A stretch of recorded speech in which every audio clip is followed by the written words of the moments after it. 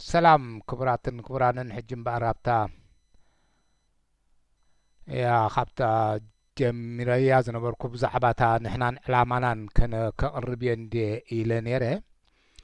كمأتوي كنا حجب زعبا كنرينا مغنياتو فريه كايو زغيد نقر يلن وكا كومنبح مبالي مفرارخ انتقوم اللي بلنا لتقداي كم تزلو مرميرنان فليتنان يو كنا حالفو كنفلطو إزلنا سلازي ذا مصحزا نحن علامانا نتبل سكسع كندي آلوتاوي وغن وكا وغنا وغن وكا مبزحتو ناي إساياس مس كريستيان نعو إلو كريستيان كفل زغبرو زبل كم زبل تحستات كندي يزركبا كنرينا حبيرنا دحرا ليوان ما كنمهارلا إنامبر بتي نسات بلو بؤت أسرنا هنكيد مالت تايكونن جناب زحلف أوان فنوي كم توحجي قمل زدلي أبتا حمشت مئتن سلستن فنوي مثلني بزعبا خل تعرخ بتا أمامون نبرو سي نسدتي لهم مسكدو أب أشع سبز مثل سيت أن كم زرهب مو أسرح وإلوم دما أب وشتي جن إنه والله أقول لكم مسرو وعلتكم مسبلهم أود قرص أراويت إدم تصني حومسي إدم كم زت قرصو خمسة أمثلة خمسة واي رينا نرنا نعيد ما زو سوران هاي بحقكم خوين إزرعين السوراتات بعل عبد الله بعل إساياس التمرحي حرنة الناس إنتن كانوا مسألكم هنا إلهم نهزبي إرتراسي بقى قداي مسوعتن سقاين مكران عنوتن برستن دخنتن سدتن تقميتن يوم غيرمو سلازي بخم نزي نايزي ناي سيطان وعلت زهابهم نزوم كلتا رخصي كم كوينم الرأيني تم تقادل تدما تهزب دما مسكيناي أمن كوينو كيدو مهناتو سي هزبي إرترا زوجل ساحل بنهنا مريحنت نسرعت هاصي هاي لسلاسي دحر ما نسرعت من قستو انت سعركا كاب مجزأة نسخ تكون وعلت كاد ما مسلن فتحين هابتيك حلف الكايو إرترا أبحث إرجزي كم سكا برك تكوني عند بالكاب بزح زي حق يسيت أنا وجبر زلوا وكعقلات زلوا يوم هذا سمعوا نيرم سلزي أبزي كبلو زدلم بعرب زحجي تي قندي علاماي نزيهم يأمنوا من دي تسب بقى بمستو عالسي كابانا كابت مبزحتو حزب السلازو حشو يأمنومي ولا زحجونا بزحلف قوانن ونزبل كوو حزباو قنبال مسويانا كوينا يعني تي عرموشش عرموشش سراوت تقار حرنة إرترا سعيراتو زبلون حق خمزة يكونه انتايدا عبد الله بوشتي كمزي كحدا مسعودي مسابق كوينهم زوم سعودي مسعودي كوينهم سابن عبد الله نقاد صحابو دقا كاو حليفهم دا نتي منغو كريستياننا اسلامن دلو يلوم زمصلنا دما نزي كنمهارلو تم كريستيان اب تحت كريستيان او وسط كريستيان مطلام الله كريستيان اب وسطي مسلمنا ماتهم اليت اندحر دا خوينم اتم اليتز طالالمو ግን የዕሽሞም ሽዕሽዮም ኻ ከምዛ እንቆራድ ባላ እንቆራ ገይሮም ነቲ መስኪን ካብኦም ስነ ሐሳብ ዝትሕት ይጥቆምሉ እዮም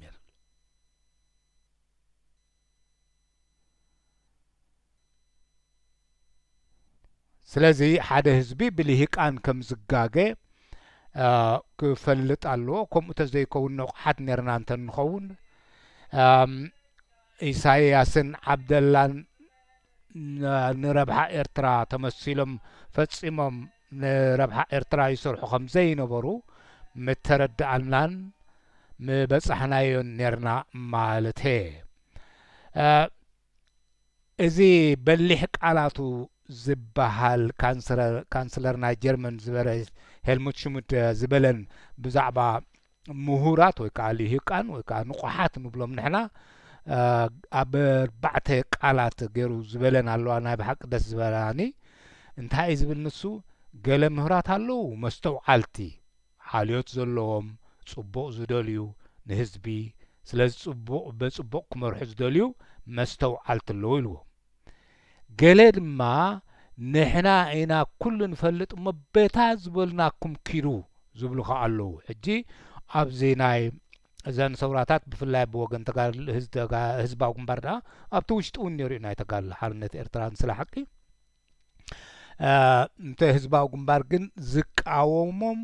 ፈጺሞም ኣፍቅዱን እዮም ነይሮም ካልእ ርእይቶ ዘለዎ ኣብዚ ሓድሽ ዝግበር ምንቅስቓስ ድማ ናይ ከምኡ ትሕዝቶ ዘለዉ ኣነ ይዕዘብ እቶም ሳልሳይ ድማ ገለ ምሁራት ድማ እንታይ ይብል ደናቁር ኣለዉ ሰ ኢሎም ደናቁር ምሁራት እዮም ንስሞም ድሓር ሰኢሎም እውን ዝተበለ ከምዚ ኢሎም ካብ መጽሓፍቲ ዝተማሃርዎ ደበልዎን ክነግሩ ክእሉ እዮም ግን እቲ ትሕዝቶኦም ኣየወፍራይ እቱ ኢሉ እቶም ራብዓይ ምሁራት ኢና ወይ ከዓ ልሂቃን ንበሎም ልሂቃን መስተውዓልቲ ኢንተሌክቱዋል ዝበሃሉ ድማ ሕልና ኣልቦ ሞራል ኣልቦ ንሓልዮት ህዝቢ ዝበሃል ፍጹም ዘይብሎም ሄርሽሚት ብዛዕባ እዚኦም ክብል ከሎ ኣነ ካብዚኦም ክኸውን ኣይደልን ይብል ሄርሽሚት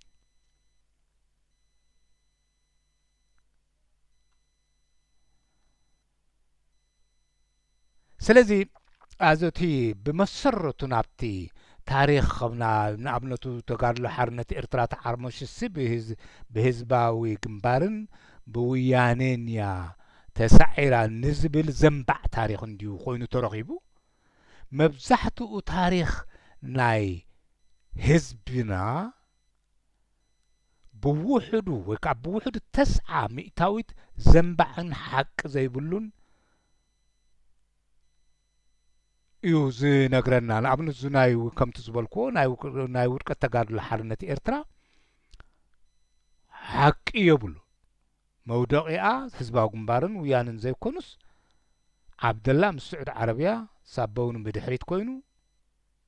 ከም ዘፍረሳ እዩ ነዚ ሓቂ ዘይብሉን ዘንባዕን ነቲ ኣብ ህዝቢ ዘይምትእምማን ስጡም ሃገራዊ ስምዒት ከምዘይሕድሮ ገይሩ ኣስላምን ክርስቲያንን እንዳበሉ ሕጂ ውያንን ህዝባዊ ግንባር ኮይና ወዲቓትና እንዳበሉ ብውሕዱ እቲ ኣስላምን ክርስቲያን ኣብ ሃገራዊ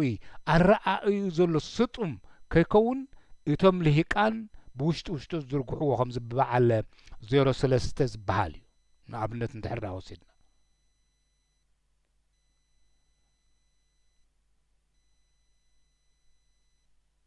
ዋላ ኣብቲ ጃማምራ ናይቲ ሰውራታት እውን እንድሕር ዳ ርአ ዘይብሩህ ንዓይ ብዙሕ ዘይብሩህ ዝረኣየኒ ንኣብነቱ መን ጀሚሩ ብኸመይ ኣገባቢ ተጀሚሩ ሓደ ሰውራኸ ብኸመይ ዝጅመር ኢልና እንድሕር ዳ ርኢና ዝብርቕርቕ ዝበለ ዝኾነኒ ንዓይ ንኣብነቱ ገለ ይብሉ ቀዳማይ ስውእ ከቢረ ስለ ዝብሉ ንበል በዚ ገይሮም ድማ እንድሕር ኣቦይ ከቢረ ጀበርቲ እንድሕር ነይሮም ኩሉ መወካ መብዛሕትኦም ብውሕዱ ጀመርቲ ሰውራ ክኾኑ እዮም ዝደልዩ ኣቦይ ከቢረ ግን ኣበኦም ኣኼባ ገይሮም ምስ በዓል መን ኮይኖም ምስ በዓል ከምዚ ዝኣመሰሉ ፕሮግራም ደውፅኦም እዮም ብዛዕባ ሃገር ዝገበርዎ ነይሮም እዮም እዚ ቅድም ክበርህ ዘለኹም እንድሕር ገይሮም ከም ጀማር ሰውራ ክኾኑ ይኽእሉ እዮም ድሓር ከዓ እንድሕር ከምኡ ኮይኑ ከምቲ ዝበሃል ከዓ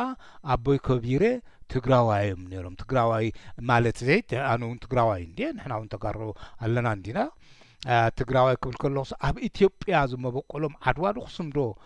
ዝመበቆሎም ጀበርቲ እዮም ዝበሃሉ ኢሳያስ እውን ከምኡ እንድዩ ኣብ ከምኡ ከብል ኣይኮንኩን ስለዚ ሰውራ ኤርትራ ብሓልዮት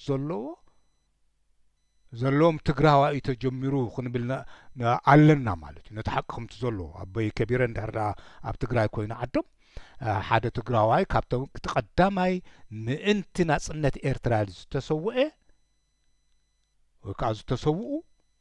أبي كبيرة تقراوهم كريم ولا حنتين ما أنت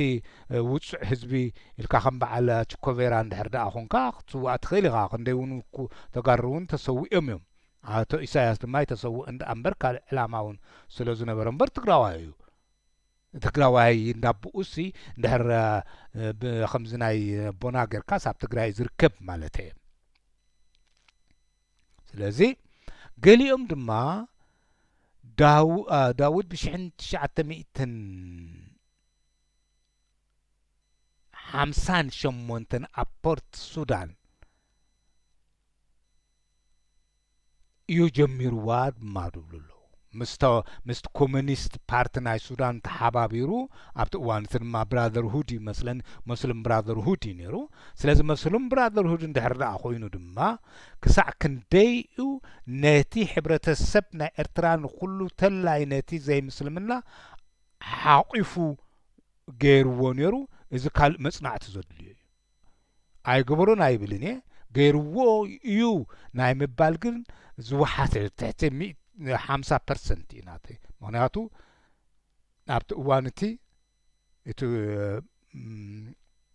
بكمال عبد الناصر بال مود جبس تمسرته مسلم براذرهود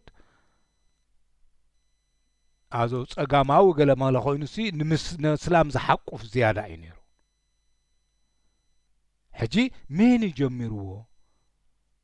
أبونا كبيرة ديم ويس داود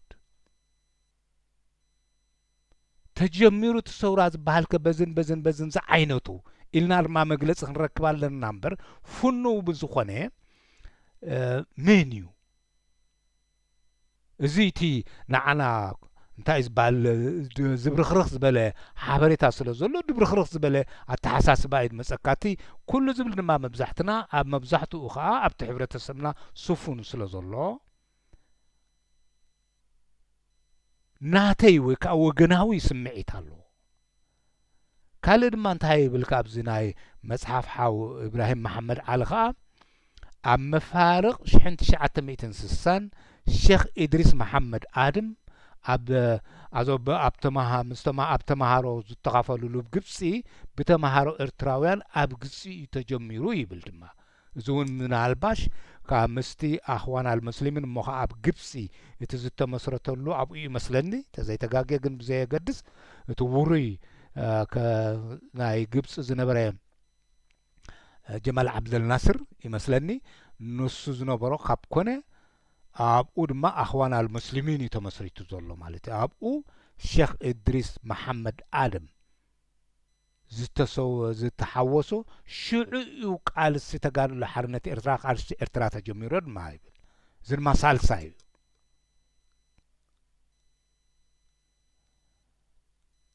كالي دما انتهي بالكام عم مسكرم شعن 961 عامة مهرد إدريس عاوتي نزجمرا إمارو حجبتناي ناي كومو أبقص عسرتو كلتا أزلا مثلا ننتايز بال إدريس عاوتقنا أبو قداي نقر تيم أزو فداي حنا دي نيرو أزو دخونا حربنيا دي نيرو حوس الشفتا دي نيرو دبال سبككم دلا يخبلو يخيليوم جن كمزي تخالا خالاي قال ابن كناما بزح زي فتوو يعمصنا يبلوه قبل زنوبوري يعمصم نيروخ بلاي كلني ما هني اسلا زي ستاي زي بلكو حجي انتات بلا بزيا انتاي تبل مجمار برتاو قال سي ابت وانتي ابتناي ساتات كم زفلت محمد عوات بناي ولقو تبقز بناي ولقو سورة بولك خجمري خيلتيو بروغرام مالو ديو دا ما ادرس عوات ما ناي برخاسب كم منبارو ناي بحق خي برت دوليو ديو ستوكي سواس مينيوم نزي نقرم انت ارترايلي توكي سواس بل ويسخم آئم كتقوم لا دوليوم دحراي زبل وشتاو حتتات حاتيت كاخمر مردلو እምበር እድሪስ ዓወተ ብረቱ ዓጢቑ ኣብቲ በረኻታት ዝወፍር ዝነበረ ዝኽትር ወይ ከዓ ድማ ዘምልስ ዝነበረ ከም ድላይ ኢና ንበሎ ከምኡ ከም ምዃኑ እዩ ዝግለጸሉ ስለዚ እሞ ከዓ ብውልቁ ተበግሶ ደኣ እምበር ካብ ቀጻሊ ዕብየት ወይ ብዘገምታ ስለዚ ብምብሳል ብምምኽኻር ብዘገምታ ብምምኽኻር ዝተወደበ ፖለቲካዊ ምንቅስቓስ ወይ ኣቐዲሙ ዝተገብረ ምድላዋት ወይ ውሳኔን ምትሕብባርን ናይ ሕብረት ተጋድሎ ሓርነት ኤርትራ ኣቢሉ ከም ዘይኮነ ብላዕለዋይ ባይቶ ይግለጽ ብውልቁ በሃንደበት እሞ ምስቲ ታሪኽ ናይ ኢድሪስ ዓወተ ቅድሚኡ ዝነበረ ቅድሚታ ቀዳማይ መስከረም ኣብ ተጎርባርያ ገበራ ውግእ ዝብልዎ ምናልባሽ ብረት ደልዩ ነይሩ እውን ኸውን ንፈልጦ የብልናን ድሕሪ ሓንቲ ዓመት ብጀካታ ኣብኣ ዝገበራ ድማ ኣብ ካልእ ገይሩ ዘይበሃል ኣነ ሕቶታት እየ ዘምጽእ ዘለኹ መን እዩ ጀሚርዎ ኣቦይ ከቢረ ዳውድ ኣብ ፖርት ሱዳን ወይስ ኣብ ግብፂ ይተጀሚሩ ብተምሃሮ ወይስ ዓወተ ይጀሚርዋ ስለዚ ኣብቲ ኣብዚ ገጻ 58 እዩ ዘሎ መሐመድ ስዒድ ናውድ ኣብ 1958 ብምትሕብባር ኮሙኒስት ሱዳን ኣብ ፖርት ሱዳን ተመስሪቱ ድማ ይብል እንዲሉ ጽሕፍዋ ዘሎ ሓዋ እብራሂም መሐመድ ዓለብዚኣ ስለዚ እቲ በርባዕታት ዝነበረ ምንቅስቓስ ኸ ከመይ ይቁጸር ከም ምንቅስቓስ ንሰውራ ኤርትራ ድዩ ክሕሰብ ብዛዕባ ኤርትራ እሞ ነይሩ እንታይ እዩ ክሕሰብ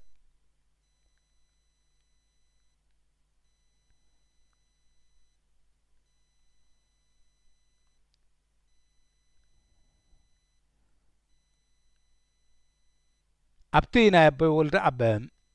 መጀመርያ ኣቦይ ወልደ ኣብ ልክዕ ዝነበረ መደቦም እንታይ እዩ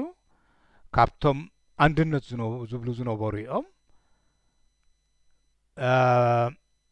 ምክንያቱ ከምኡ ክሓስቡ ዝገበሩ ክኹነኑ ድዩ ዘለዎ ምስ እንታይ እዩ ሕጂ ቀልጢፍካ እንታይ እዩ ልክዕ ኤርትራ ከም ኩለን ሃገራት ብኮሎኒ ዝቆመት ሃገር ኮሎኒ ንኽትከውን መሰላ እዩ ንህዝቢ ኣረዲእካ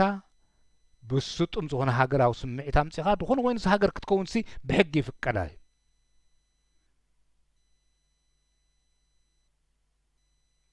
ከም በዓል ኣብ ጀርመን ዝኣመሰለ ሓያላት ሃገራት እውን ከም ሃገር ተቆይመን ዝነበራ ሓደ ዝኾና ኣለዋ ሕጂ ግን ናብቲ ስነ ልቦና ናይ በዓል ኣቦይ ወልደ ኣብ እስከ ንምፃእ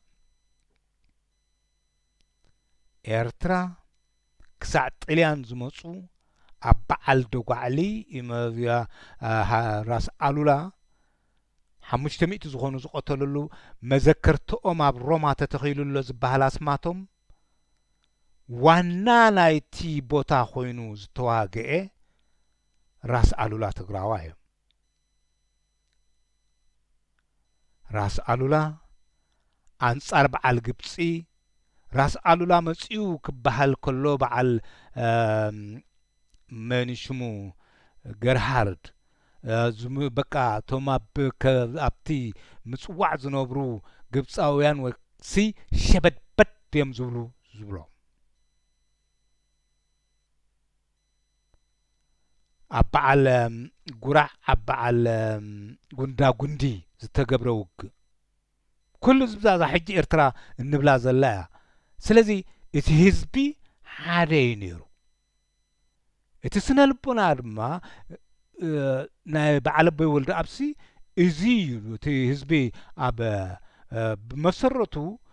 እቲ ኣውራ ናብ ኢትዮጵያ ዘዘንበሎም ሕብረት ዝያዳ ኣብ ፌደሬሽን ዝኾነ ኮይኑ ሕብረት ዘድልዮም ግን ቶም ተጋሩ ብፍላይ ክማቃቀሉ ኣይነበሮምን ዝብል ኣቋም ነይሩዎም ድሓር ግን ኩነታት ምስ ረኣይዎ ምእንቲ ኤርትራ ሕጂ በቆም እዮም ዝብሉ ነይሮም ግና ኣበይ ወልዲ ኣብ እንታይ ፍሉይ ነይሩ ኢሳያስ እውን እኮ ከም ኣይ ውሽጢ ትገብራ ደሎ ኢና ንብል ዘለና እምበር ሓደ ህዝቢ እዮም ኢሉ ዘይኣምን ዶ ሓሳኻ ትመርሓና ዶ ክብል ከሎ እኮ ኢሳያስ ውሽጢ ገይሩ ንህዝቢ ኤርትራ እንዳፅነተ እዩ ናብ ኢትዮጵያ ክረክባ ዘል ዋላ ሕጂ እውን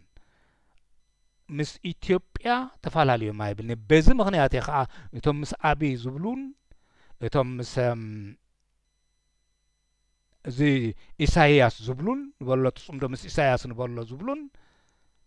ውዒሎም ሓዲሮም ንኢትዮጵያ ዘገልግሉ ኮይኖም ክርከቡ ክእሉ እዮም ኣብን ኢሳያስን ተፈላለዮም ኢለ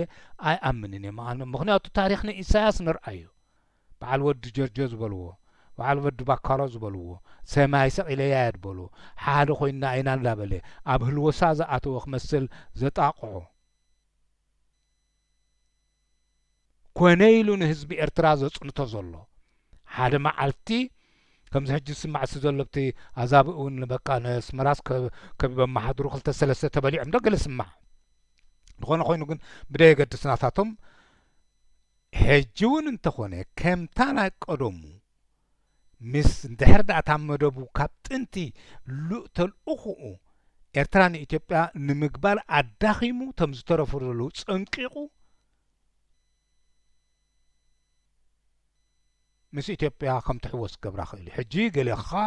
ኣንታ መንእሰይ ድማ ምስ ኣብ ትብል ኣለኻ ገሌኻ ድማ ምስ ኢሳያስ ትብል ኣለኻ ውዒልካ ሓዲርካ ግን ከምቲ ዓብደላን ኢሳያስ ዓብደላ ንዓረባዊት ኤርትራ ክቃለስ ከሎ ኢሳያስ ድማ ንኢትዮጵያዊት ኤርትራ እዮም ዝቃለሱ ነይሮም ከምኡ ኢና ኣይዝርዳእኒ እዚ ካብ ኮነ እምበኣር እስኻትኩም እዚኦም ኣብ ካልእ ዘበን ብካልእ ኣገባብ ብካልእ ወለዶ ድማ ሕጂ ከይተረድኦት ክልተ ጋንታ ኣነ ንኤርትራ እየ ዝቃለስ ዘለኹ ምስ ክብል ከሎ ምስ ኣብ ኮይነ እቲ ሓደ ድማ ኣነ ምስ ኢሳያስ ኮይነ ዝቃለስ ዘለኹ ንኤርትራ ክብል ከሎ ውዒለ ሓዲሩ ክልቲኹም ንኢትዮጵያ ተገልግሉ ኮይትኾኑ ሕሰብሉ ሕሰቡ እየ ዝብል ዘለኹ ኣነ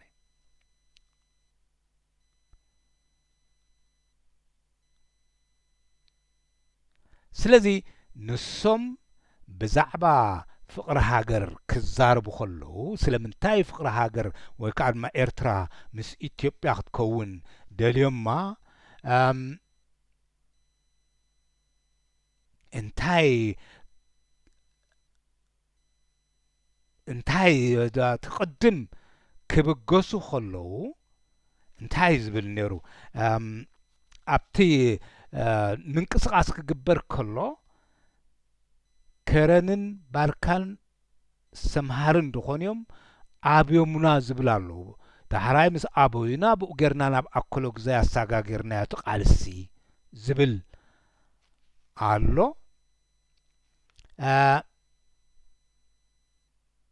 ኣብ ገጽ 55 ድማ በቲ ናይ አንድነት ብዛዕባ ናይ አንድነት ክዛረቡ ከለዉ እንታዮም ዝብሉ ሕጂ አንድነት ክብሉ ጸኒሖም ዳሕራይ ዘይከውን ምስ ረኣይዋ ኤርትራ ንኤርትራውያን በቃ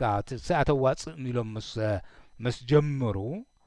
ኣብዚውን ኣሎ በቃ ነቶም አንድነት ዝቃወም ዝነበረ ገለ እንዳበሉ ብኩልኦም ዝግፍዑ ነይሮም ኣበይ ወልዳብ ኣብ ረቡዕ ትሽዓተ ነሃሴ ንሻድሻይ ግዜ ንቅትለት ቡምባ ፈተነ ከም ተገብረሎም ብሓፂሩ ግን ብተኣምራት ከም ዝደሓኑ ብእግዚአብሔር ኣምላኽ ብሉ ንሶም ሕጂ ብዛዕባ ኤርትራ ክዛረቡ ከሎም እንታዮም ዝብሉ ንሶም ሽዑኡ ነዚ ቅትለት ዝተገብረለይሲ ቅር ዝብለንስ ኢሎም ቁሩብ ቅር ዝብለንስ ኢሎም እቲ ክሳዕ ሎሚ ኣብ ልዕለይ ዝተገብረ ኣብ ሞት ዘብፅሕ ፍርድን ኩነነን ሲ ብባይቶ ኤርትራን ልኡኻት ህዝቢ ኤርትራን ዘይምንባሩ ጥራይ ስለዚ ኤርትራውያን እቲ ኣኽብሮት ኣብ ኤርትራውያን ዘለዎም እዚ ዘፍቅሮን ዘኽብሮን ህዝቢ ኤርትራ ወስኽሉ ብኻ ብቁልጡፍ ባይትኡ ከም ተኸለ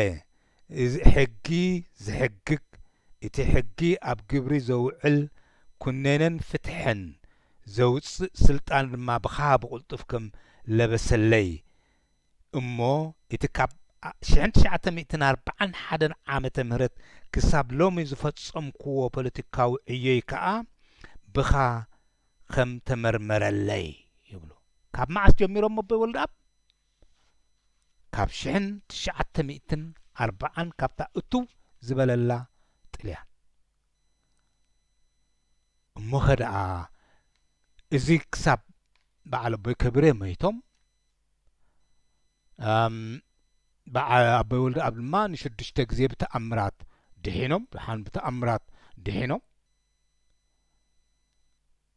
إذا خدعا قدمي بعلى عواتي قدمي بعلى إذا ناي جبسي قدمي بفلانا عواتي لك 10 عامتين تخون هذا اللوا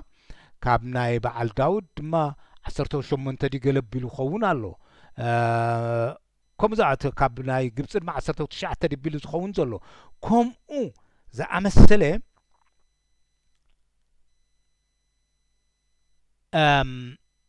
ناي جزي قدمي كابر بعن بخو بأسر زبل خبشين 940 جميرهم كساب أبتي ناي شحن 9 ساعتنا بلوم يوم تسديدهم مالتي مساب أبز جبروا له ركب موز تقايقلو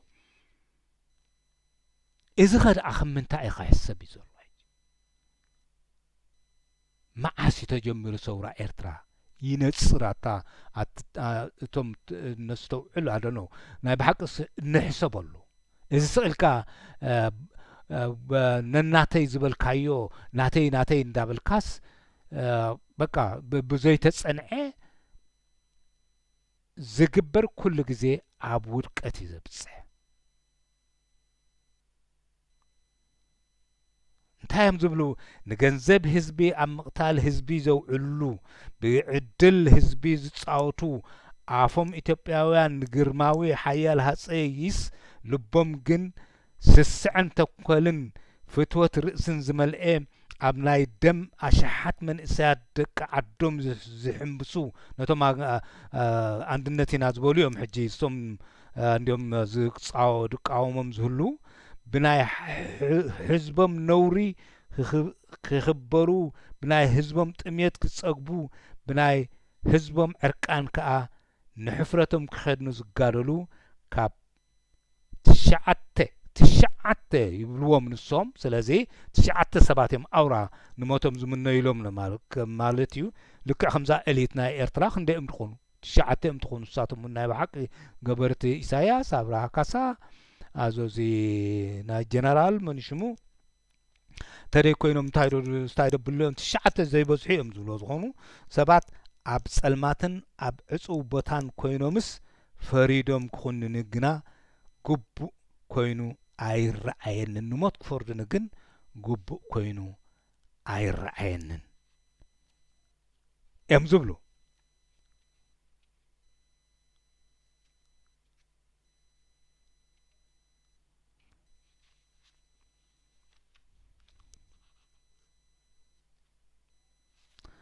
نتايم زبلو بمقصال إزي أمونغو بزعبا وغني وغن كخزار بخلو دما إزي أمونغو هزبخم سحج زبلو زلو ميني وسانبو وغني حسكات خيط نتايم زبلو إزي أمونغو هزبخم أمونغو وغني وغن كا محبركا هايمانوتكا نا تخوحتي زخيط زلو غاقس نا نسمعيا ሃይማኖታ ወገኔ ወገንካ አውራጃ ኹስ خلابس حجي እናተኳዕተ ዝኸይድ ዘሎ ጋስስ እናውሸጠ خيد مو دحراي معلتي مملؤون مدفانون كيشغركم بقوم نجر حسابون مرمرون سمع زلو اذني انت ود غزي ناي بحقي استوعل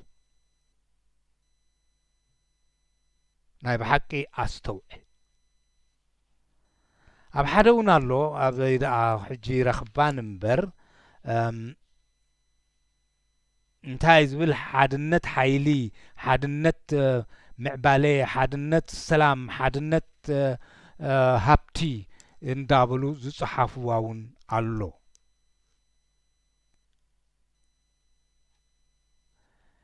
ነዚ ዝምልከት ድማ ናይ ብሓቂ እንድን ዝፈትዎን ኣነ እዚኣታ ናይ ኣቦይ ወልደ ኣብያ ንበቡ ክትፈልጡ ትደልዩ እዚኣ ድማ ናይ ሓው ኢብራሂም መሓመድ ዓሊ ብዛዕባ እዚ ናይ ምፍልላይ ዝመጽእ ድማ እንታይ ኢሉ ኣሎ ሓሊፈ ድማ ናይ ብሓቂ ግሩም ዝኾነ ሓሳባት እንዲሁ ዝስፊሩ ዘሎ ሓው መሓመድ ዓሊ እንታይ ይብል ኤርትራ ምኩራትን ካብ ጽበት ናጻ ዝኾኑን ነታ ሃገር ብኩሉ ሸነኻታ ዘጋጥማ ሓደጋታት ንምብዳህ ክእለትን ብቕዓትን ዝነበሮም ኣብ ርእሰ ውሳኔ ስሙር ሃገራዊ ራእይ ዝውንኑ ሃገራውያን መራሕቲ ኣይነበርዋን ሕጂ ድማ ኣብዚ ዝግበር ዘሎ ምንቅስቓስ ብዘይክል ዓለም ጌና ኮፍ ኢሎም ዝተማኸሩ ዝበሰሉ የብላን በዚኣ ኸዓ እቲ ናይ ቀደም ዝነበረ ክድገም እዩ ዝብላ ህላዌ ናይ ኤርትራ ልኡናውነት ናይ ኤርትራ ኢሳይያስ ብሕቡእ ንኢትዮጵያ ክረክባ መደቡ ከም ዝኾነ ርኢና ኢና ካብ ኢሳይያስ ንላዕሊ ኢትዮጵያዊ የለን ዝብሉ ጀነራላት ናይ ኢትዮጵያ ሰሚዕና ኣብ ሳሕል ከይድና ዘራሪብናዮ ዝብሉ ኣብ ዘይተርክብዋ ሰቒለያ እያ ዝበሉ ሰሚዕና ንህዝቢ ኤርትራ ኢለ ኣይኮንኩን ዝሰርሕ ዘለኹ ናይ ወዲ ባካሮ ቃል ህዝቢ ኢትዮጵያን ህዝቢ ኤርትራን በበይኑ እዩ ዝብል ሰብ ድዩ ዝኣምን ሰብ ነቲ ኩን ዘይፈልጥ ኢልና ተደምረናል አንድ ኩነናል ኢልና ኣብ እዩ ዝመርሓና ኢልና ሕጂ ድማ እዚ ዝድገም ዘሎ ኮይኑ እዩ በዚ ብዘይቀል ዓለም ልኡላውነት ናይ ኤርትራ ንቃለሳለና ትብሉ ህድእ ኢልኩም ሕሰቡ ቅድም ኣብ ሕብረተሰብኩም ዘሎ ከምዛ ሓው ኢብራሂም ዓሊ ዝብላ ዘሎ ኣበይ ወልደ ኣቡን ዝበሉና ኣብ መሰል ርእሲ ውሳኔ ስሙር ሃገራዊ ራእይ ዝውንን ሃገራውያን መራሕቲ ግበሩ ኣይነበሩዋን እዩ ዝብል ዘሎ ኢብራሂም መሓመድ ዓሊ እንታይ እዩ ዝብል ዘሎ ካብ ጽበት እንታይ እምቶም ጽበት ሃይማኖት ኣውራጃ ብፍላይ ነጻ ዝኾነ ነቲ ሃገር ብኩሉ ሸነኻት ዘጋጥማ ሓይልታት ንምብዳህ ብኽእለትን ብቕዓትን ዝነበሮም ኣብ ማእከል ርእሰ ውሳኔ ስሙር ራእይ ዝውንኑ ሃገራውያን መራሕቲ ኣይነበሩዋን እሞ ኣጥሩ ኢላ ሕጂ ስኻትኩም እዚ መጽሓፍ ናይ ኣቦይ ወልደ ኣብኾን ናይ ሓው ኢብራሂም መሓመድ ዓሊ ይብል ኣሎ ካልኦት መጽሓፍቲ እውን ኣብ በዓል ቶም ናይ ፖርቱጋላውያን ኣብ በዓል ናይ ሙሲንገር ኣብ በዓል ናይ ገርሃርድ ወዘተረፈ ዋላብቲ ናይ ግራኝ እውን ዝርከብ እዩ ኣብ ገጽ 42 ከንታይ ኮይና ሰፊራ ዘላ ክንሪኣ ኢና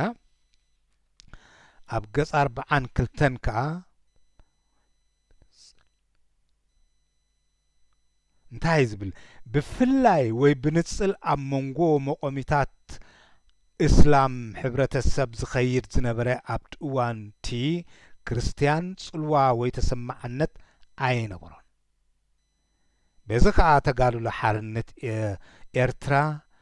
ኤርትራን ሰውራን ካብቲ ጥሒላቶ ዝነበረት ዓዘቕቲ ናይ ቀቢላን ኣውራጃን ውልቃዊ ቃልሲ እትወጸሉ ንምንዳይ ደኣ እምበር ወርካ ጥሒላ ከም ዝነበረት ኣብቲ ወገነይ ወገን ካብ ሓጺሩ ኣብዚ ድማ ይደግሞ ሓው ኢብራሂም መሓመድ ዓሊ 40 ኣላ መስለኒ ሰጊረያ ክንሪና ድማ እንታይ ይብል ሓው ኢብራሂም መሓመድ ዓሊ ኣብ ናይ ኣቦይ ወልደ ኣቡነት ዝመስል ብዙሕ ኢኻ ትረክብ እንታይ ዝብል ኣብዚ ከዓ እቲ ኣብ መንጎ መቆሚታት ናይ መላእ ሕብረተሰብ ኤርትራ ብፍላይ ኣብ መንጎ እቲ ክልተ ቀንዲ መቆሚ ሃይማኖታት ክርስቲያንን ኣስላምን ናብ ሙሉእ ሃገራዊ ሓድነት ከብጽሕ ብዘይምኽኣሉ ዝተራእየ ፈሽላ ተጋድሊ ሓርነት ኤርትራ በዚ ዝብላ ዘሎ ነቲ ጎባጢ ስርዓት ናይ ኢትዮጵያ ማለት እዩ ኣብ መንጎ ከበሳን ኣብ መንጎ ካልኦት ኣውራጃታት ኤርትራን ዝፈሊ ብረት ዝዓጠቐ ዕፁብ ዞና ክምስርት ኣኽኢልዎ እዩ ምኽንያቱ ክትሓቕፎ ኣይከኣለትን ነቲ ክርስቲያን ወገን ናይ ከበሳ ንበሎ እዞም ምሁራት ዝብሉና ዘለዉ ድማ እንታይ ሞራል ኣልቦ ወይ ከዓ ሕልና ኣልቦ ዝበሎም ኣቶ ሽሚድ ድማ ስታይ ከብሉ ይጅም ይፍትኑ ኣለዉ ካልኣይቲ ኣብ 102 ናብዛ ናይ ሓው ኢብራሂም መሐመድ ዓሊም እንታይ ትብል ኣላ እስኪ ክንሪኣ ኢና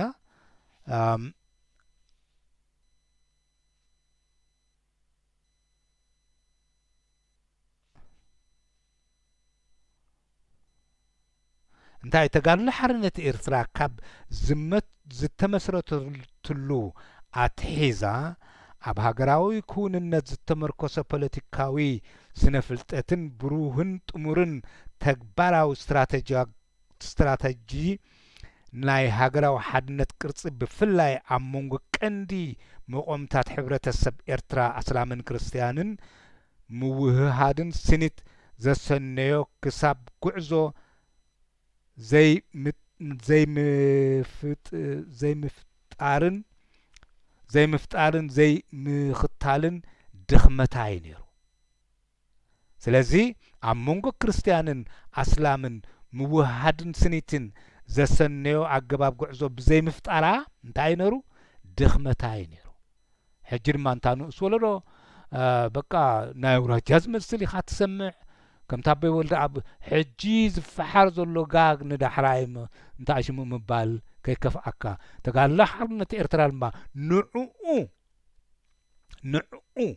ክትፈትሖ ብዘይምኽኣላ ፈሺላ እሱ ሕጂ ዝኩሉ ዝወርደና ዘሎ ካብኡ ግን ንሳቶም እውን ካብ ቀደም ዝወረስዎ እዩ ካልኦት መጻሕፍቲ ንርኢ ጉዕዞ ፖርቱጋላውያን ናብ ሃገር ሓበሻ ንርኢ ኣብ ናይ ጌርሃርድ ንርኢ ኣብ ናይ ምስንጌር ንርኢ ወዘተረፈ ዋላ ኣብቲ ናይ ግራኝ እውን ንርኢ ጌና ድማ ሕጂ እዚኣ ትፍልላ እዚ ዝግበር ዘሎ ቃልሲ ጌጋ ይግበሮ ተኣነ ዝብሎ ዘለኹ ድማ ልክዕ ከምታ ናይ ኣቦታትኩምን ኣብ ሓጎታትኩምን ነቲ መንገድቲ ኣብ ካልእ ዘበን ብኻልእ ወለዶ ብቁሩብ ካልእ ፍልይ ዝበለ ብጽምዶሎ ዓብዶ ድብል ዝተመስረተ እዚኣ ድማ ኸ ሓቂ ዘረባሓሽ ዓብደላን መሐመድን ዓብደላ ናይ ዓረብ መሳርሒ ክኸውን ከሎ ወይ ከዓ ዓረባዊት ኤርትራ ክጽበ ከሎ ቃለስ ከሎ ንዓኣ ኢሳያስ ድማ ነታ ኢትዮጵያዊት ኤርትራ ንምግባር ክንድዚ የኽስራን የቕዝፋን ነይሩ ማለት እዩ እምበር ሕጂ ካብዚ ብምብጋስ ነታ ንሕናን ዕላማናን እትብል ቅዳሕ ዝረኸብኩዋ ንዓኣ ክንሪኣ ኢና ምክንያቱ ቀንዲ ዘሎ ክንበስል እዩ ዘሎ ምፍራህ ዝበሃል ዝኾነ ነገር ምፍራህ የለን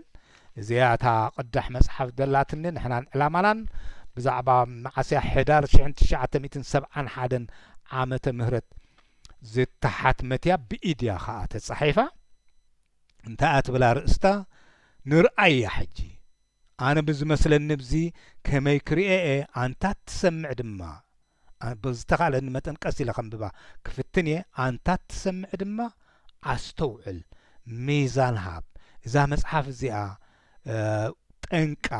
ፈላላይት ዝኾና ከምዚ ናይ በዓል ኣቦይ ወልደ ኣብ ከምዚ ናይ በዓል ሓዊ ኢብራሂም መሐመድ ዓሊ ክንሰምዖ ፀናሕና እተን ሰውራታት ዝነበረን ውድቀት መንካዕዶ የሚንዶ እንዳበላ እዚ ዝገበረኦ ዝነበራ ካልኦት ማ ሱርያ ዲስዶሮ ፋሉልዶ እንዳበልካ ዝተገብረ ኣስላማይዶ ክርስቲያንን እንዳባህለ ተገብረ ዓብደላ እድሪስውን እንድሕር ዳርኢና ያብታ ናይ መጨረሻ ኣትሪሩ ዝተቃወሙ መልአከ ኢሎሞ መልአከ ድማ ክርስቲያን ይንበሎ ንዕኡ ቀቲሉ ካልኦት ቀተልዎ እውን የለ እዚ ከምዚ ዝኣመሰለ ነገር ተኣፋፊ ኩነታት ሓቂ ኣለዎ ድዩ ኣይ ሓቂ ፍለጥ እምበር ኣይትፍራሃዩ ጉዱ ዝሓብእ ፈውስ ሓብእ ወይ ከዓ ቁስሉ ንቕሬታ ፍቁስሉ ዝሓብእ ሲ ፈውስ ሓብእ ስለ ዝኾነ ቁስልና ኣይንሕባ ዓለማት ኣህዛብ ዓለማት ኩለን ብኡየን ሓሊፈን ንሕና ግን ኣብ ኣሸንኮለል ዘብሉና ኤሊት ከምቲ ዝበሎ ሓው እብራሂም መሓመድ ዓሊ ብሓደ ኣወሃሂዶም ነቲ ህዝቢ ብኩሉ ትሕዝትኡ ዝመርሕዎ ልሂቃን ክፈጥር ኣይከኣለን ዝበሎ ልሂቃንና በዓል ኢሳያስ ዓብደላ እንታይ ከም ዝመስሉ ርኢናዮም ኣለና እዞም ናይ ሕጂ ልሂቃን ከኸመይ ይመስሉ ዝብል ሕቶ ነቲ ኣዞኑ ነፍሲ ወከፍ ገድፎ እምበኣር ሕጂ ኣብ ኣኽኣትየ ሕዳር 1971 ዓመተ ምህረት ፈረንጂ ህዝባዊ ሓይልታት ሓርነት ኤርትራ ንሕናን ዕላማናን ኣትብል ኣርእስታ ስለዚ ነስተውዕል ሕጂ መፈራርሂ ጥራሕ ከይትኸውን ተልይዋ ድማ ፈሊጥና እያ ክንሰግራ ኣብዚ ወገና ከምዚኣ ኣብዚ ወገና እዚ ከምዚኣ ክንብላ እዩ ዘሎ እቲ ንዓይ ዝርዳእኒ ከም ካልእ እውን ካልኦት ከም በቃ ዝተፈላለየ ክርዳእና እውን ንኽእል ንኸውን ኢና ግን ኣብ ምግልላፅ እንድሕር ደኣ ያ ሕቶ እንተልዩውን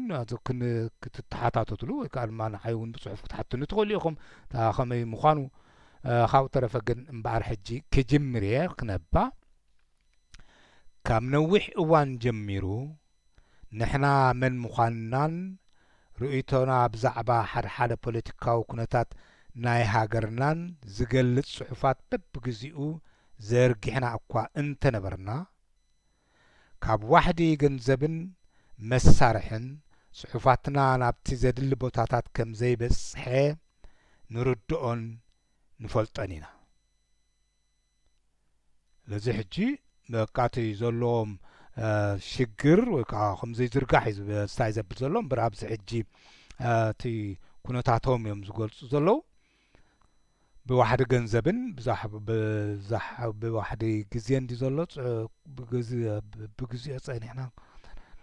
ብዋሕዲ ገንዘብን መሳርሕን እዩ ዝብሎ ዘሎ ጽሑፋትና ኣብቲ ዝደሊ ቦታ ከምዘይ በፂሖም ሓቢሮም ብሓቂሩ ሕጂ ነዚ ዓብ ዕድልን ምቹእ ግዜን ረኺብና ንሕናን ዕላማናን ብዝብል ኣርእስቲ እነቕርቦ ታሪኻዊ ጽሑፍ ኣገዳስነቱ ንጉዳይ ሃገርና ኤርትራን ህዝቢ ኤርትራን ንደገፍትና ብፍላይ ንህዝቢ ዓለም ድማ ብሓፈሻ ሚዛን ዘለዎ ስለ ዝኾነ ሸለልትነት ከይወሃቦ እና ኣዘኻኽርናን እና ኣጠንቀቕናን ንሕና መን ከም ዝኾንና ምፍላጥ ጥራይ ዘይኮነስ ሃገርና ኤርትራን ህዝባን ገድሉን እንታይ ከም ዝኾነ ክፈልጥ ንገድሊ ተገዳሲ ብሩህን ኣጽጋብን መልሲ ከም ዝህልዎ ነረጋግጽ ንሕና ማለት እዞም ሕጂ ኣብ ቅድሚኹም ቀሪብና እንዛረብ ዘለና ተጋደልቲ ኤርትራውያን እቶም ብመጋቢት 1969 ዓመተ ምህረት ፈረንጂ ካብ ምምሕዳር ቅያዳ አልዓማ ተጋደልቲ ሓርነት ኤርትራ ማለት እዩ ሽዑ ምናልባት ቅያዳ አልዓማ እውን ትጽዋዕ ነይራ መሰለን እንተዘይተጋግየ ድሓን ብዘየገድስ ነዚ ቅያዳ አልዓማ ከም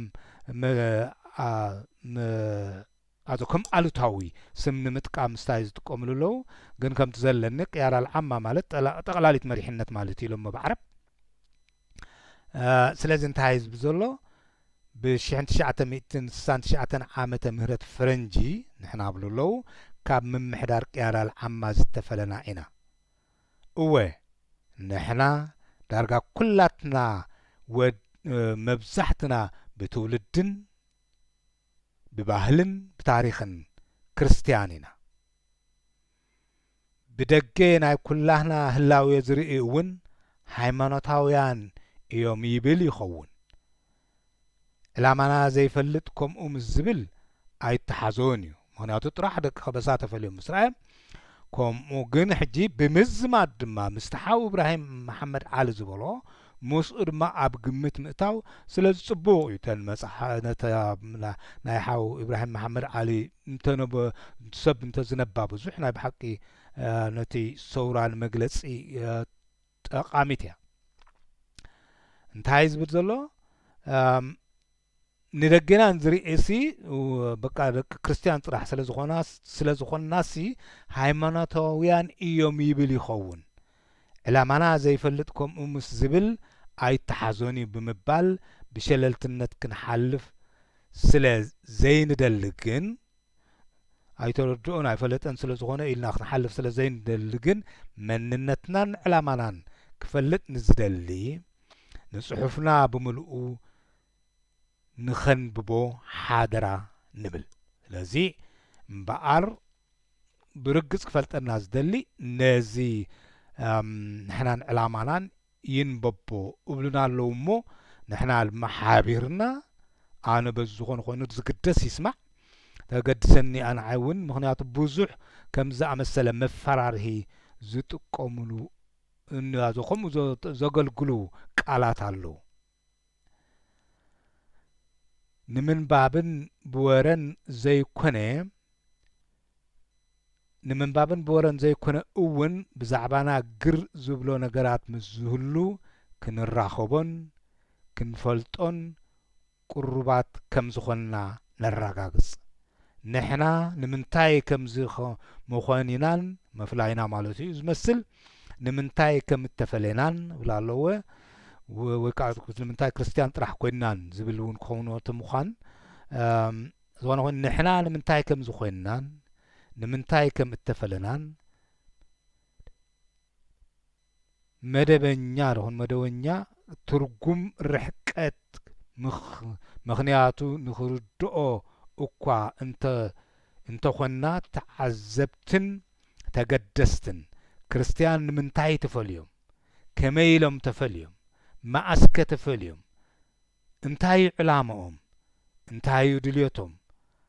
ሃይማኖታውያን ድዮም ሃገራውያን ተጋደልቲ ድዮም ምእመናን መማሓደርቲ ድዮም መድሓርሓርቲ ድዮም ገስገስቲ እንታይ ከመይ ስለምንታይ እናበሉ ከም ዝሓቱ ምስ ገዛእ ርእሶም ተመራሚሮም ኣጽጋቢ መልሲ ከይረኸቡ ከም ዝሽገሩ ንግንዘቦ ኢና ንሱ ተሪፉ ዝተዛወረ መልሲ ረኺቦም ዝሓምዩናን ዝጸልኡናን ከም ዘለዉ ኣይነስሕቶን ኢና ብዛዕባ ኩነታትና ሕቶታት ጥራይ ኣይኮነን ንሕተት ርእይቶ እውን ይወሃብ እዩ ብዙሓት ናህና ተመሲሎም እንቋዕ ደኣ ካብ ኣስላም ተፈልዩ ገለውን እንቋዕ ደኣ ተፈልዩ ክንደይ ኢሎም ደኣ ክጽመሙ ሓደ ድማ እዚኣቶም ሃይማኖታውያን እዮም እዝባ እትባ እናብሉ ኣብ ናይ ሕልሚ ዓራት ኣትዮም ዝተንተንዎ ርእይቶታት ይህቡ ኣለዉ ኮታ ንዓና ንምትላል ንምንኣድ ንምፍርራሕ ንምኽፋእ ንምእራም ንምግዛእን ካልእ ነንበይኑ ሽቶታት ዘለዎ ዕላማታትን ናብ ምምራሕ ዝወሃቦ ርእይቶታት ካብ ቁጽሪ ናይቶም ባህልቲ ይበዝሕ ይኸውን ንሓታቲ ዘጽግብ መልሲ ንምሃብ ከታልለና ንዝፍትን ካብ ድኻሙ ከም ዘቋርጽ ንምግባር ንዝርድኣና ናይ ምስጋና ቃል ንምቕራብ ክገዝኣና ንዝፍትን መልክዕና ከም ዘይንቕይር ንምርግጋጽ ክእርመና ንዝፍትን እንደልዮ ሓሳባቱ ንምቕባል ክገዝኣና ንዝፍትን ዕንፀይቲ ወይ እንስሳ ከም ዘይኮንና ንምርግጋጽ ናትና እምበር ናይ ካልኦት ሓላፍነት ከም ዘይኮነ ንርዳእ ኢና እንታይነትናን ዕላማናን ድማ ቅድሚ ኩሉ ሓታትን ለፍላፍን ንሕና ባዕላትና ኣጸቢቕና ስለ እንፈልጦ መንነትና ንምግላጽን ዕላማና ንምብራህን ናትና ሓላፍነት እምበር ናይ ካልእ ከም ዘይኮነ እና ኣፍለጥና ጽሑፍና ጉሉሕ መረዳእታ ንክኸውን ተስፋ ንገብር ትብልታ ቀዳመይቲ ምዕራፍ ሕጂ ኣርእስቲ እንታይ ትብል ኣላ ሓፂር መግለጺ ብዛዕባ ሃገርና ኤርትራ ሕብረተሰባን ሓፂር መግለጺ ብዛዕባ ሃገርና ኤርትራን ሕብረተሰባን ይብል ሳበን ኤርትራ ከመይ ገይሩ ከቕልባ ከም ዝደሊ ኣብ ሃገራት ዓረብ ሰሚዕና ነርና ኢና ከም ሓንቲ ዓረባዊት ገይሩ ከቕልባ ዝደሊ ነይሩ እዚኣቶም ከመይኦም ገብርዋ ሓቢርና ንርኤ ከመይኦም ገልጽዋ ሕብረተሰባ ብፍላይ ንሕና ኤርትራውያን ፍሉጥ ህንጻና ፍሉጥ ህንጻጻትን ዶቡን ፍሉይ ኢኮኖሚያዊ ትሕዝቶን ፍሉይ ፖለቲካዊ ምዕባለን ፍሉይ ታሪኽን ፍሉይ ባህልን ልምድን ናይ ዘለዎ ሃገር ህዝቢ ከም ዝኾንና ማንም ኣይስሕቶን እዩ ሕጂ እዚ ሓቁሉ እንታይ ማለቶም እዮም ፍሉይ ኢኮኖሚያዊ ዝብል ዘሎስ ካብ ሓረስታይን ጓሳን ንላዕሊ ዝኾነሉ ካብ ካልኦት ብምንታይ እዩ ዝፍለ እዚ ክንዘራርበሉ ንኽእል ኢና ግን ክሳብ ክንዲ ዝስታይ ኣይኮነን ወይ ከዓ ፍሉይ ፖለቲካዊ ምዕባለኸ ደይ ቅድሚ ጥልያን እንታይ እዩ ደይ ሓደ እዩ ነይሩ ምስቲ ሓበሻ ዝበሃል ዝኣመሰለ ክተምፅእ ትኽእል ኢኻ ፍሉይ ታሪኽ ከ እንታይ እዩ ፍሉይ ታሪኽና ፍሉይ ባህልን ልምድን ከ ካብ መን ኢና ንፍለ ዝኣመሰለ ከተምፅእ ትኽእል ኢኻ ግን ኣገዳሲ ኣይኮነን ሰሚዕናዮ ነናህና ስታይ ንግበር ኣተሓሳስባ ስለዚ እምበኣር ፍሉይ ባህልን ልምድን ናይ ዘለዎ ሃገር ህዝቢ ከም ምዃንና መጠን ኣይስሕቶን እዩ ዝኾነ ሰብ ማለቶም እዮም ብባዕዳውያንን ጨቆንትን ኮራኩር ሃፀይነት ብዝኾኑ መስፋሕፋሕቲ ኣፍሪቃውያን ኢትዮጵያ ማለቶም ኾን ንድሕሪት ተጓቲቱ ታሪኽና ተዛዊሩ ቋንቋታትና ጠፊኡ ባህልናን ልምድናን ብናይ ባዕዳውያን ተዓብሊሉ ሰብኣዊ መሰልናን ክብረትናን ስለ እተጋህሰ ነዚ መርር ጭቆና ንምድምሳስ ካብ ነዊሕ ዓመታት ክንጋደል ዝጀመርና ህዝቢ ዓለም ዝምስክሮ እዩ ይብል ኣሎ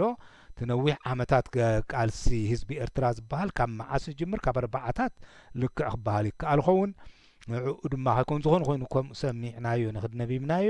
ነናህና ኣተሓሳስባ ወይ ከዓ ኣረዳድኣ እንታይ ማለት እዩ ከምዚ ኢልና ግን ናይ ምምዛን ሕቶታት ወይ ከዓ ኣረኣያ ክንገብር ኣለና ማለት እዩ እዚ ሕጂ ኣንጻር ጭቆና መንግስቲ ኢትዮጵያ እንገብሮ ዘለና ተጋድሎ እውን መቐጸልታ ኤርትራዊ ተጋድሎና ኣንጻር ባዕዳዊ ጭቆና ብዕጥቂ ብረት እዩ እዚ ሕጂ እንገብሮ ዘለና መስዋዕቲ ቅለታ እዚ ሕጂ እንገብሮ ዘለና መስዋዕቲ ካብ ጭቆና ሃይለ ስላሴን ጎይተቱን ወፂእና ናይ ሕብረተሰብና ሓርነት ናይ ሃገርና ናጽነትን ረኺብና ህዝቢ ኤርትራ ርእሱ ክኢሉ ንኽስግስግስ ብምሕላይ እዩ ሕጂ ብዚ ንዓይ በቃ እዚ ሓልዮት ናይ ህዝቢ ኤርትራ ዘለዎም ናጽነት ክረክብ ከም ዝሰርሑ በዓል ኢሳይያስ ያኢ እዚ ሕጂ ንዓይ ካልእ ኣተሓሳስባ እዚ ኣብዚ ተወቅጩ ዘሎ እምበር እቶም ኤሊት ከምቲ ዝበሎ እንታይ ዝበለ ሽሚት ሞራል ዘይብሎም ኤሊት ኣለዉ ገለ ሕልና ዘይብሎም ሞራል ዘይብሎም ኤሊት በዚ ቃላት እዚ ገይሮም ሕጂ በቃ ካብ ኢትዮጵያ ሓርነት ከነምጻልካ ኢና ነጽነት ረኺብካ ክትምዕብል ኢኻ ክትብትም ኢኻ ክትስስን ኢኻ እንዳበሉ ዝገብርዋ ዘለዉ ግን ንሪኢ ኣለና ክንግንዘቦ ዝግብኣና ግን ኢሎም ጭኮና ባዕዳዊ ጥራይ ከም ዘይኮነ እንታይ ዝበሎ ክንግንዘቦ ዝግብኣና ግን ጭቆና ባዕዳዊ ጥራይ ከም ዘይኮነ እዩ ልክዕ ኢትዮጵያ ጥራሕ ኣይኮነትን ጨቂናትና ጥልያን ጥራሕ ኣይኮነን ጨቂንና እንታይ ደኣ እሳቶም ባዕላቶም እዮም ባዕዳውያን ኣይኮኑን ንሳቶም ግን ይጭቁንና ኣለዉ ሕጂ ረአኹም እቶም ሕሱማት ሕልና ኣልቦ ካብኡ ዘነግፉኻ ዘለዉ መሲሎም እቶም ሕጂ እዞም ናይ ኤርትራሲ እቶም ራብዓይ ዝበሎም ሽምትዮም ምክንያቱ ገለ ምሁራት ድማ ኣለዉ ገለ ኤሊት ድማ ኣለዉ ሕልና ሞራል ዘይብሎም ንርእሶም ጥራሕ ተጠዓሞም ዝገብሩ ንህዝቢ ዝጭፍልቁ ስለዚ እዚኦም ከም ዝኽብሉካ ከለዉ ባዕዳውያን ሶሎ ዝኾኑ እዮም ኣምሓሩ እንዳበልካ ደድሕሪኦም ትስዕቦም ንፋስ ኣዕሚኾም ድማ ሰዱኻ መስዋዕትን እንታይ ሽሙን ከምቶም ኣብ ሰይጣን ዝተዓስቡ መከራ ጥራሕ መቕዘፍቲ ጥራሕ ክሳራ ጥራሕ ይገብሩኻ ማለት እዩ ግን በቃ ከምኡ ክብሉካ ከለዉ ክንግንዘቦ ዝግባአና ግን ጭኮና ባዕዳዊ ጥራሕ ዘይኮነስ ከም ዘይኮነ እዩ ስለዚ በቃ ባዕዳዊ ተባሂሉ ጥራይ እዩ ድማ ባዕዳዊ ተባሂሉ ጥራይ ድማ ኣይውሰንን እዩ ጭልክዕ ይሪኦ ኣሎ ህዝቢ ኤርትራ ብሓፂሩ ኣብ ውሽጢ ሓደ ሕብረተሰብ እውን ጭኮናን ተጋድሎን ኣሎ ሃብታም ኣብ ርእሲ ድኻ ጎይታ ኣብ ርእሲ ጊላ ሓያል ኣብ ርእሲ ድኹም ሽመኛ ኣብ ርእሲ ዓዲ ብሉይ ኣብ ርእሲ ሓድሽ መባዝሕቲ ከምኡታት ቃላት እውን ኣለዉ ወዘተረፈ ንዓይ ማለት ቅሬታ ንስማዕ ጥራሕ ወዘተረፈ ዝገብርዎ ናይ ኢኮኖምን ፖለቲካዊ ጭቆናን ኣሎ ጭኮና ውዒለ ሓዲሩ ተቃውሞ ስለ ዝረክብ ግን ድኻታትን ሰራሕተኛታትን ኣብ ርእሲ ሃብታማት ጊላታት ኣብ ርእሲ ጎይቶት ከም ዝትንስኡ ዓዲ ኣንጻር ስመኛ ከም ዝዓጥቕ ድኹማት ኣንጻር ሓያል ከም ዝሓብሩ ሓድሽ ኣብ ርእሲ ብሉይ ከም ዝግንፍል ዝተረጋገጸ ታሪክ ዝምስክሮን እዩ ተረጋገጸን ታሪክ ዝምስክሮን እዩ ከምዚ ገይሮም እዮም ነቲ ዕሸል ዝኾነ ተመክሮ ናይ ዲፕሎማሲ ዶ ሲያሳ ድዮም ድብሉ ሰዶ ዘይፈልጥ ህዝቢ ከምኡ ገይሮም ዝስሕብዎ ዝምስጥዎ ማለት ኣብ ሓደ ሕብረተሰብ ዝርከቡ በብዓይነቶም ጭኮናታት ፈሊሖም ምስ ዝግንፍሉ ናይ ተጨቆንቲ ሓይሊ ተላዒሉ ከም ዝብሕቁቆም ካብ ሰብኣዊ ዓቕሚ ሓሳብ ዝተሸፈነ ኣይኮነን ወዮ ደኣ ማለፍስ ያልፋል እስከ ያልፍ ግን ያልፋል ዝበሃል ኣሎ እምበር ከምኡ ግዝና ኤርትራ እኳ እዚኣ ስሓቅ ዘረባ ሓይሽ ነታ ናጽነቱስ ልኡላውነቱስ እንተ ዓቂብዋ እዩ እግዚኣብሔር ኣምላኽ ይበሎ ከም ተኣምራት እምበር እዚኣ ኩሉ ግዜ ትሰርሕ ማለት ኣይኮነን ስለዚ ኩሉ ግዜ ዝግበር ምንቅስቓስ ተዓዋቲ ማለት ኣይኮነን ማለት እየ እዚ ናይ ኤርትራ ብፍላይ ድማ ንነዊሕ ዓመት ንህዝቢ ኤርትራ ኣብ ምድካም ስለ ዘእተወ ሕጂ ድማ ብምንም ዓይነት ዘሕብሮ ስለ ዘይርአ ዘሎ በዚ ኣነ ናይ ልኡላውነት ኤርትራ ብዙሕ ኣይተኣማመን እየ ብዘቀል ዓለም ከምኡ እዩ ዝርድኣኒ ንዓይ ግን ስታይና ንግበር ማለት እዩ ነናህና ትምህርቲ ወሲድና ነናህና ገምጋም ንውሰድ ኣብ ሓደ ሃገር ዝተደላደለ ወይ ማዕረ ዘይኮነ ሓርነት ናይ ነፍሲ ወከፍ ዜጋ ናይቲ ሕብረተሰብ ክሳብ እስከ ኣብ ሓደ ሃገር ዝተደላደለ ወይ ማዕረ ዝኾነ ሓርነት ናይ ነፍሲ ወከፍ ዜጋ ናይቲ ሕብረተሰብ ክሳብ ዝርከብ ጭኮናን ተጋድሎን ድልባ ተጋድሎን ኣይቋርፅን እዩ ገድልና ኣይቋርፅን እዩ ማለት እዩ ስለዚ ኩሉ ሰብ ማዕረ ክሳዕ ዝኸውን ልክዕ ማዕረነት ክሳዕ ዘይረኸበ እቲ ገድሊ ኣይቋርፅን እዩ ኩሉ ግዜ ቀጻሊ እዩ ዝኸውን ከምኡ እዩ ከዓ ስለ ዝኾነካ ኤርትራ ቀጻሊ ዝቃለስ ዘሎ ካብ ኣርባዓታት ጀሚሩ